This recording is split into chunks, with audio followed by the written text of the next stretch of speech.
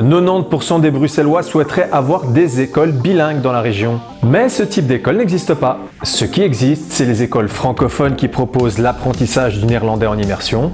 Dans l'enseignement immersif, l'objectif principal n'est pas forcément de faire en sorte que l'enfant soit bilingue à la fin de la scolarité, mais qu'il puisse au moins se débrouiller en néerlandais de façon fluide. Tirer son plan quoi. Mais revenons à nos écoles bilingues.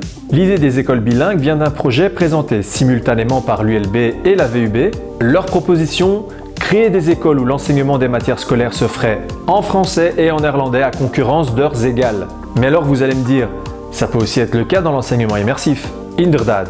Mais ici la différence est qu'il n'y aurait pas de langue dominante, les deux langues seraient sur un pied d'égalité. En gros, ce serait une école 100% belgo-belge. Ça a l'air intéressant comme idée, non? Mais alors où est-ce que ça coince? Ça coince au niveau juridique et institutionnel. En effet, Bruxelles a un statut particulier du point de vue institutionnel, avec une répartition des compétences délicates, notamment en ce qui concerne l'enseignement.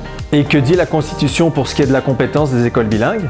Que c'est le niveau fédéral qui en a la compétence. Principal hic, vu que l'enseignement a été intégralement transféré aux communautés en 1988, ça fait maintenant 35 ans qu'aucune disposition n'a été prise au niveau fédéral en matière d'enseignement. Cette législation n'est donc plus du tout adaptée à la réalité d'aujourd'hui. Il faudrait donc dépoussiérer tout ça et faire avec dans un premier temps, tout en sachant qu'au jour d'aujourd'hui, il n'y a pas d'administration au niveau fédéral qui gère cette matière. Quoi qu'il en soit, il y a de la volonté politique pour que les choses bougent. Philippe Claus, bourgmestre de la ville de Bruxelles, a déjà annoncé qu'il soutient le projet développé par l'ULB et la VUB et que sa commune pourrait accueillir un projet pilote d'école bilingue.